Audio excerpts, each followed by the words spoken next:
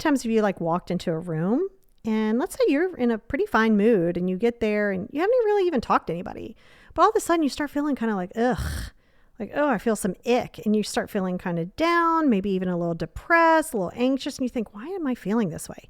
And you remember, I am an empath. That means that you are observing and absorbing and not just observing and releasing. So that is what we're going to talk about today. Welcome to episode 68 of the Positivity Experience, protecting yourself as an empath. And being an empath is not an excuse not to protect your energy. Check it out.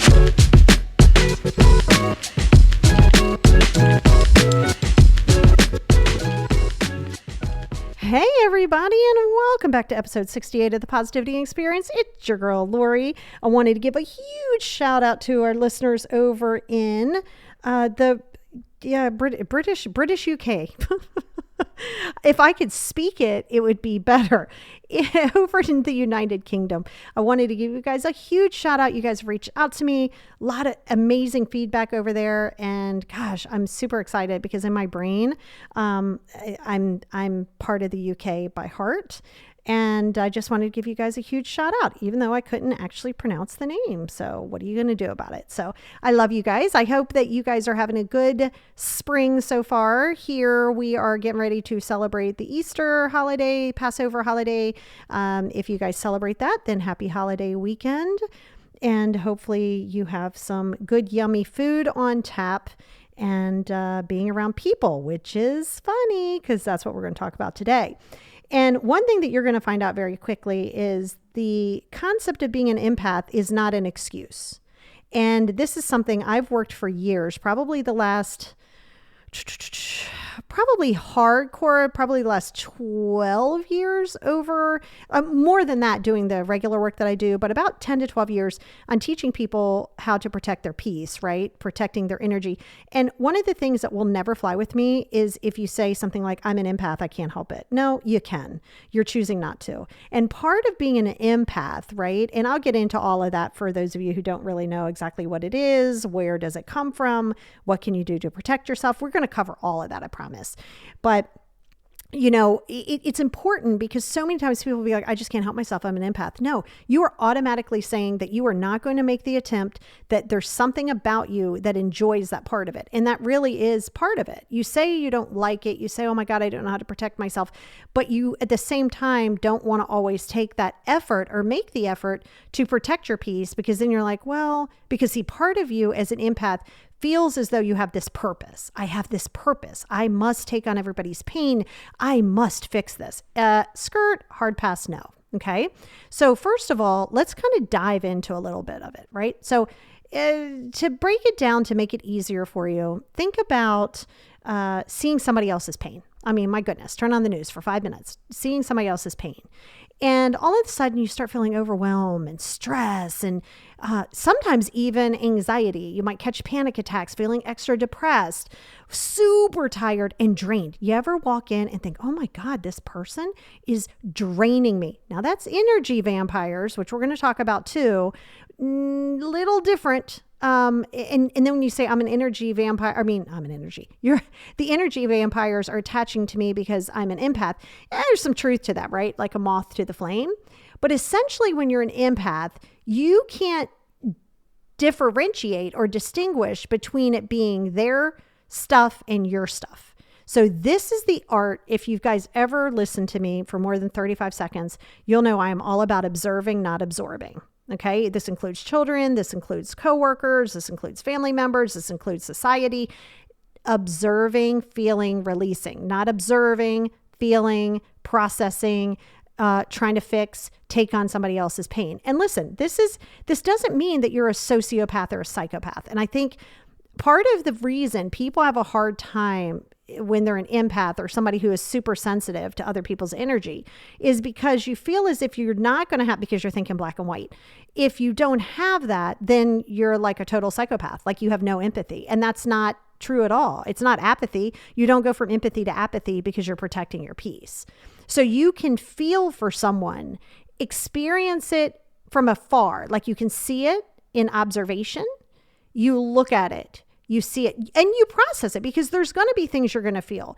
If you see someone in pain, if you see something being done to animals, those things, of course, it's going to affect you for that moment because you have empathy. That's part of being a human being.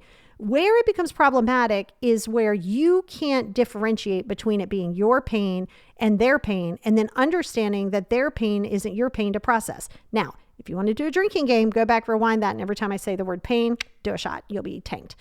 So where does it come from? Well, so first of all, a lot of it, and you guys know I do a lot of energy work and have for a gajillion years. And some people are just born super sensitive to energy. That's how it is. Some people are born with abilities. Some people have different levels. Now, I will say childhood neglect and abuse can definitely heighten and affect sensitivity levels. I mean, for sure, especially as an adult, right? Because if you think about it, early trauma, physical abuse, being raised by an alcoholic, narcissistic people, it does create, there's a little something and a little connection from empaths and people pleasers, right? Because I'm an empath, but I know how to block my stuff and protect my peace because I put myself as a priority, and boundaries, of course, being like the number one thing, which we're going to talk about here in a sec. But one big thing is to be able to understand that you can observe. You can see it, and you can, hey, can I contribute to somebody's help? Is it something I can do? Sure, great. But there's a level of people pleasing that when you're an empath, you're choosing, that's right, choosing, whether it be subconscious or consciously, to not want to protect your bubble. Because if you really wanted to protect your bubble, you would allow yourself to be okay with the fact that other people may not be okay with you not allowing them to dump their stuff on you. Again, fine line between having empathy and being a psychopath or having apathy, right? Like there's not a fine line, but there's a line there, right? Because you can have a feeling for someone, but it's not your job to suddenly come in on your white horse with your sword drawn and decide you are going to fix the day for them. And this is really an interesting thing because empaths, narcissists will attract themselves to empaths subconsciously. I mean, consciously too, but really subconscious. It's not like they're going, I'm a narcissist, you're an empath. I'm going to come and I'm going to drain you. That's more energy vampiring. And you don't have to be a narcissist to be an energy vampire. But it's one of those things that you have to understand that the more you try to people please, the more you being an empath will go in that direction. You will feel their pain. You will go home. You will sit with it. You will have so much desire to fix and heal them because it's your role. It's not your role. An empath's role is not to fix. See, that's the thing. That's something I need everybody to know. And I know a lot of you overseas, especially, I've worked with you guys on this in establishing that. Just because you're kind of born an empath, yes. But like I said, other things go into play when it comes to heightening that, right? And the reality is you still have to be your biggest priority, okay? Your biggest priority. And this is where you have to understand that somebody like an energy vampire, they could be friends, they could be family members, coworkers. They're literally zapping your energy. Like they are sucking you dry because actually, let me rephrase that. They are not sucking you dry. They are being themselves. They are allowing themselves to try to suck on energy. You allow it to happen. And as an empath, you now tell yourself, well, I guess it's just the curse in life. I'm an empath. No, and no. So when you are allowing yourself to be dumped upon, and some of it isn't even them. Some of it is just you just watching people. You just allowing yourself to you're inserting yourself to take it on to fix someone. You can guide them, but they have to have their journey. So there's a few ways that you can start protecting your peace. But first and foremost, you have to get very clear on, do you want to? That's right. You might be like, of course I want to, but do you? Because this means you are going to have to give up that excuse, because now being an empath becomes an excuse. oh my God, I'm just so sad because, I'm just an empath. I just take on everybody's stuff. Okay. Cool. But now that teeters into victimization here. Like now you somehow become the victim because you take on everybody else's stuff. And that's not how you're going to ever protect your peace. And you can't just roll over and expose your stomach and be like, I'm just an empath. So you already know the number one way is going to be boundaries. Boundaries, baby. Boundaries, boundaries, boundaries. When you establish healthy boundaries, and especially when you're an empath, this is super useful because, as an empath, you could literally just walk into that grocery store and you're like, holy hell, hoo-wee, all these energy vampires in here. They're sucking me dry. Even though they're not, you're allowing it to happen, moth to the flame. So what you want to do is you want to say, okay, with my mom, with my best friend, with my whomever, when I know that they are going to have, and usually you can tell, right? A lot of times when let's say somebody complains all the time or somebody's constantly negative, by the way, constantly negative people are energy vampires. So if you're always negative, put your little fangs in, put your little cape on and flap your wings because you're part of those energy vampires. Right? So negativity, and we've all been there. So everybody listening to this either is or has been an energy vampire. So it's nothing that I'm attacking anybody. It's just facts. So an energy vampire literally sucks and pulls off of others' energies. And so you have to understand when you have a boundary, that's why no is a complete sentence. Until you are willing to say no with no follow-up, you will constantly allow yourself to be open to these energies. Until you can have your time and your spatial boundaries, including with your parents, including with your children. Until you can have that, you are literally putting a bullet mark, what is that? A bullseye on your back. And you're saying, shoot me with an arrow. Because you are not allowing yourself to protect your peace. This is important for everybody listening. But especially if you're overly sensitive and you're an empath, you are going to really need to protect every bit of your peace. This is where you definitely have to be your first priority. You have to be, oh no, I ain't going there. I'm going to tell you right now. And anybody who's invited me anywhere will tell you this. Hey, do you want to go to blah, blah, blah? Okay, who else going? That's always going to be my first question. Oh, this person, this person, this person. The moment I hear somebody's name that may or may not seem a little negative to me, I will bow out. No, I'm good. You know what? How about you and I grab drinks or something tomorrow? Really easy. You don't have to be like, well, most people know me. I'd be like, oh God, no. Thank you though. But that's just me because I am not going to allow myself to be, you have to realize my entire job, my entire profession is helping people work through their problems. And some of their problems, they've had their families annihilated. That means completely murdered. They are having a hard time with their anxiety, with their depression, right? So people are going to reach out to me. That's a different type of negativity. That's different. That's looking for a solution to not feel the way they feel. That's a totally different vibe. If I'm going to go to dinner with Becky, who's going to sit there and complain about work the entire time, who isn't doing anything to help themselves, I am out. I am out. So my question is always going to be, who else is going? Okay, let's say everybody's going, I'm familiar with them. Okay, cool, fine and good. And now I'm going to say, okay, well, what's the deal? Like, what's the plan? Like, where are we going? Okay, because now I need to know where we're going. Yes, this may seem high maintenance to you. No, this is boundaries. Okay, so I'm also not going to invite people somewhere that I think something would make them uncomfortable. So first and foremost, you have to know the questions that are going to make you comfortable. You don't have to just go. It's okay to decline an offer. It's okay if somebody asks you to go somewhere. It's okay to ask who else is going.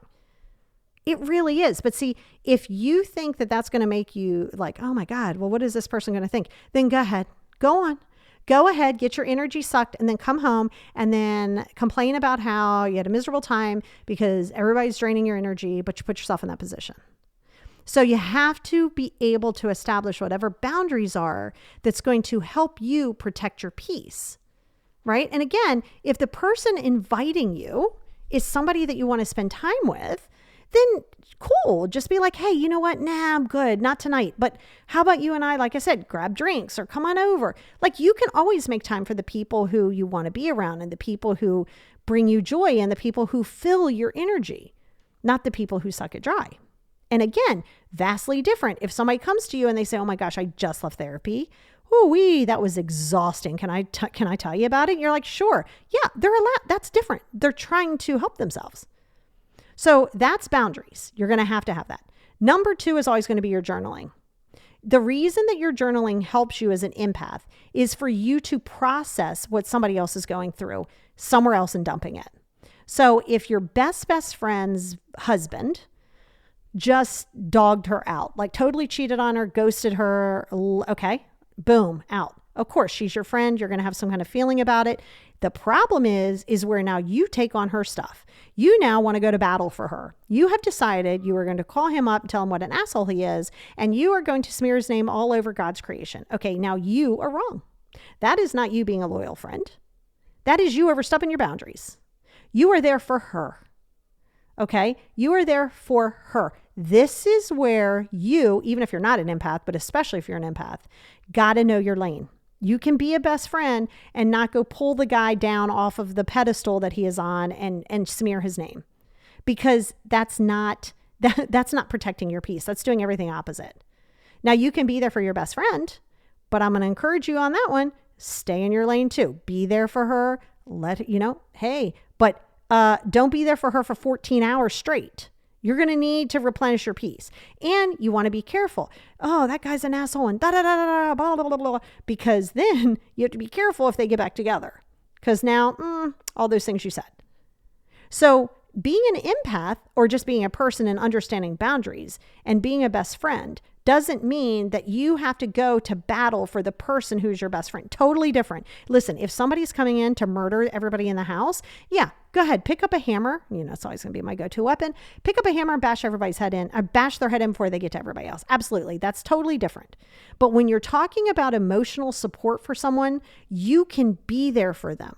Just be careful of coming in on the horse.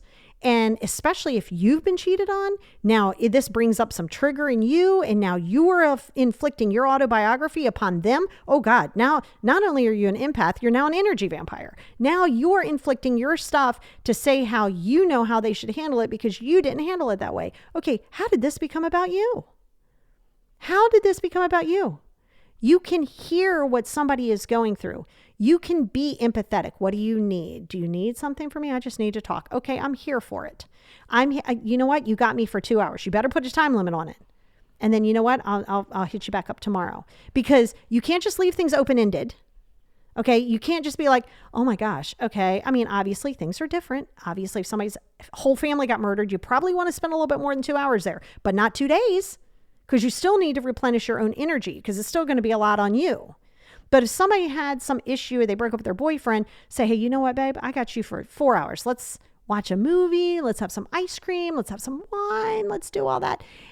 But the last thing you need for a day and a half is that stress of constant sadness and negativity. And don't observe it and bring it home with you. You observe it. You feel it. You're there for the person, but you allow yourself the space.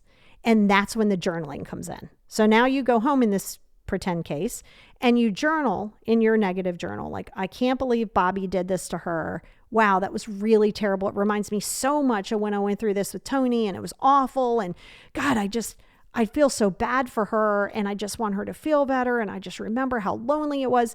Okay, you're doing beautiful things here. You are allowed, and remember, that's in the negative journal. If you go to my YouTube, The Positivity Experience, there's an episode on there for like 6.5 minutes that talks about the 5 journals, the ones that I recommend. That's right, 5, you heard me. And it'll tell you a little bit about each of them. Highly encourage it if you got 6.5 minutes. And so the journaling helps you process what you're seeing, whether it be war in Ukraine, whether it be things that you see on the news or the family, or things that are going on or with your best friend, and even yourself and your thoughts. That's why the journaling is beautiful. It's a gift that you give yourself that keeps on giving. Seriously, it will keep on giving. All right. Which third is going to be your mindful practicing. You have to sit in a mindful space. You have to realize your role in life, as awesome as everybody is listening to this, your role in life is not to come in and fix everybody and everything. You're so busy focusing on everybody else's well-being that you are neglecting your own well-being. As a human, and especially as an empath, you have got to prioritize yourself.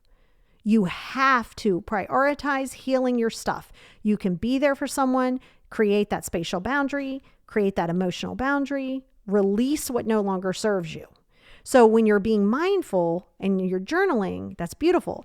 Then my favorite thing to do, and you guys know this, don't care where you are, is take your shoes off, preferably outside. Take your shoes off like I said, and put your feet in the ground. Take deep breaths, exhale. And you inhale the good shit, you exhale the bullshit. So when you inhale, I want you to think of a beautiful color. Colors aren't bad. So if black is the color, pick black. Colors aren't negative or positive. So pick whatever color, visualize that coming into your system, spreading into you, feeling amazing. And then you're going to exhale a different color. Again, doesn't have to be good or bad, just a color that represents something that you don't want to deal with anymore. Somebody else's stuff, somebody else's gunk. But you're grounding. This is what we call grounding. You're putting your feet in the earth. You are taking time. And it's also part of visualization. Mindfulness and visualization always go hand in hand. They are two of my most favorite practices in the entire universe, and something that I do on a daily, regular basis. Well, and nature, right? So if you combine those three things, now you've hit the lottery, man. You've hit the energy lottery. Staying present outside in nature, right? And visualizing yourself dumping it, getting rid of somebody else's stuff. You can be there, but it's not your job to solve, not your job to fix. And it's also good if we role reverse that for a minute, is if you're the one that's in a bad space, you're the one in a dark space, just remember it's not somebody else's job to take on your stuff. So you want to be mindful. I'm not asking you not to communicate about it. I'm not asking you not to talk about it, not to lean on people. Just be mindful that it's if they're like, I can't come over today because I have something, they don't have to tell you what they're doing. I can't come over today. And you get yourself all caught up in your feelings. That's for you to process, not them. So another good thing to do, go outside, visualize that, realize that, sometimes you might not be everybody's priority, and that is quite okay. And you have to be okay with that. But that will help you when you're doing your visualization, when you are allowing yourself to be in a space that is just for you. Just for you. And you have to realize that you don't want to just avoid places. Like, let's say you're like, oh God, I got to go to the train station. There's going to be a lot of people there. Yeah. Okay. So you know this already. Number one, don't go into it with a negative attitude and be like, oh, damn, I'm going to be picking up on everybody's stuff. Okay, cool. That's why you want to do bubbling. Bubbling is another beautiful thing. Now, this is a practice that you have to do every day. Every day. Every time that you feel like you're getting ready to get stressed, or you know that you're going to be in a position that you might not have control over. So this is where you want to bubble. Some people use like a glass wall. I use a visualization of a clear bubble, sometimes with a white light inside of it, usually translucent. You know that color, if you ever see oil like on the ground and it kind of has like that unicorn color, like all those colors, translucent. That's kind of what I visualize. And so if you know that you have this Becky chick that works in accounting, and she drives you crazy every day, okay, you don't sit there and go, okay, God, this bitch is on my nerves and blah, blah, blah. That's not going to help you. Now you're feeding the negativity. You being negative as an empath feeds your own empathy. So seriously, so you have to be careful of this. This is why mindful practices, staying present, releasing things that no longer serve you, protecting your peace. So going back to the bubble, when you bubble yourself, you literally have to visualize. Like I said, I like the bubble. Some people use a glass wall. Some people use like the shower curtain kind of vision of, the like clear shower curtain between the cloth shower curtain and you. And it's to allow yourself to be like, okay, that's their stuff. And the moment you feel yourself kind of getting sucked in, haven't you ever been somewhere? And you might just be Kim told me this when she was down, my bestie. She said, God, I don't know. I just go to the grocery store and I'm standing there and like I'm standing there and now I know this lady that her daughter's not doing well and she's not sure about what her boyfriend's going to do. She's like, I'm literally standing there in line. Like, and that's because she didn't bubble, which she knows. I'm not saying people won't try that, but you don't have to sit there. The moment you feel somebody being like a moth to the flame drawn to you, you get caught up in not wanting to be rude. Okay. I'm not asking you to be a jerk, but you can't just sit there and allow yourself to be talked to for 10 minutes about somebody else's stuff who, by the way, you don't even know this person. They came out of the blue for no reason whatsoever. And they're dumping on you. Clearly they need to talk, but it might not be you that they need to talk to. So if that's the case, you have to say, oh, wow, I'm really sorry to hear that. I just don't have time to talk to you about this right now. But that's what I'm saying. That's the boundaries. And boundaries aren't fluffy. Boundaries don't have to be rude, but they're going to be perceived as rude anyway.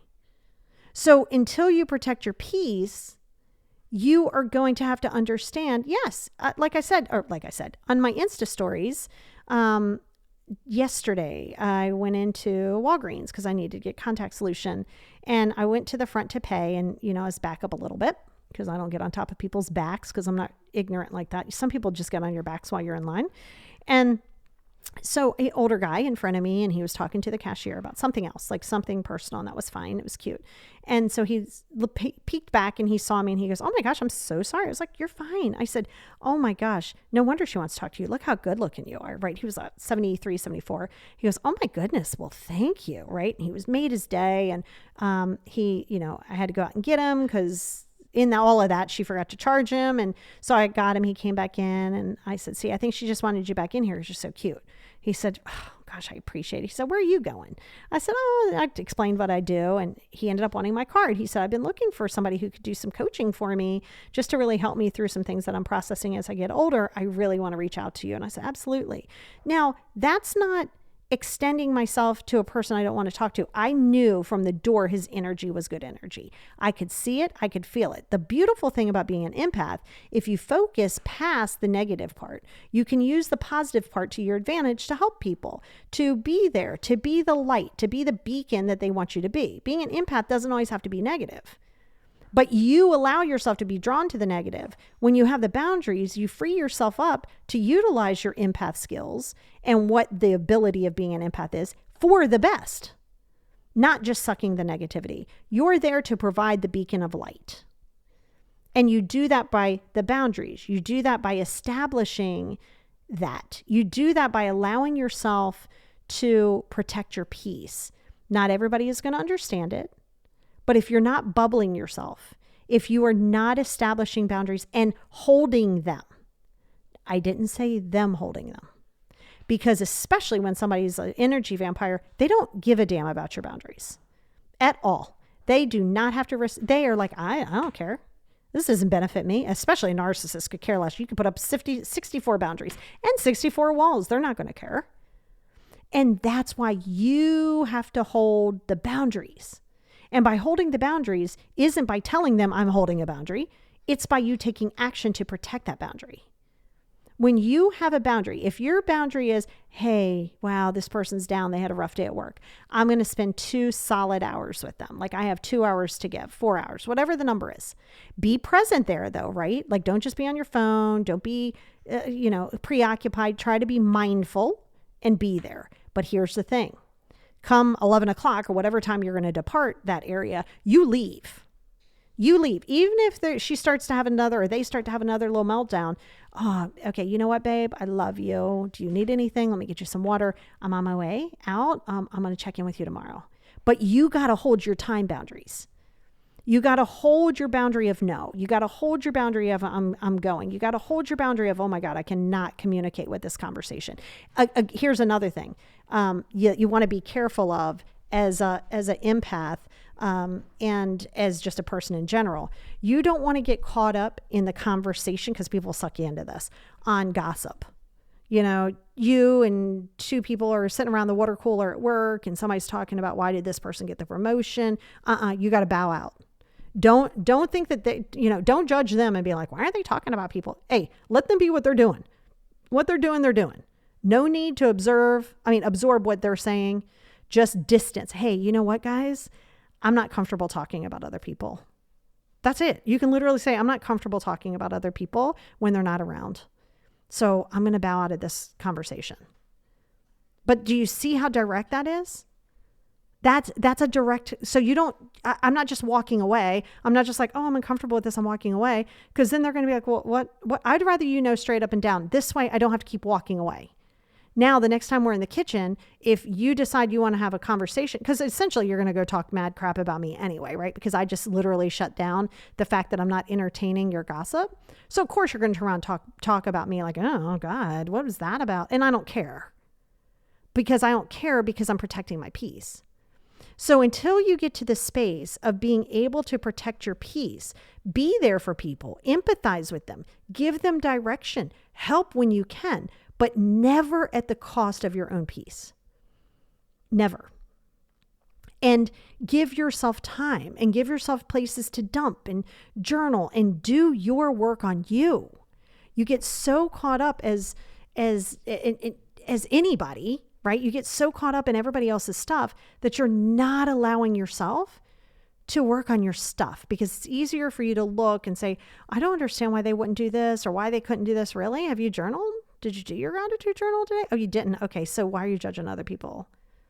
You're really quick to say, oh, I'm an empath. Oh, I need to do this. Oh, I'm getting sucked dry with energy, but yet you're not taking care of yourself. And until you do put yourself as a priority, and until you do the boundaries, you will always remain a constant empath that's being like a hole in the bottom of a boat that you keep dumping water out and you're like, why do I keep sinking? Because you keep that hole in the boat. You cannot allow yourself to do that. So I have a little bit of a call of action to you right at the end of this.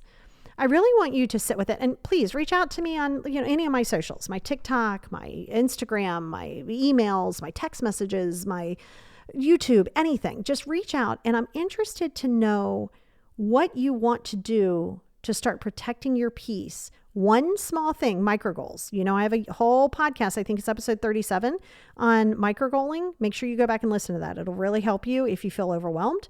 But part of the micro goal here is going to be to identify why you feel that if you protect your peace as an empath, whether it be no matter who it's with, why do you think? Why would you allow somebody else's energy to be more important in your energy field than your own?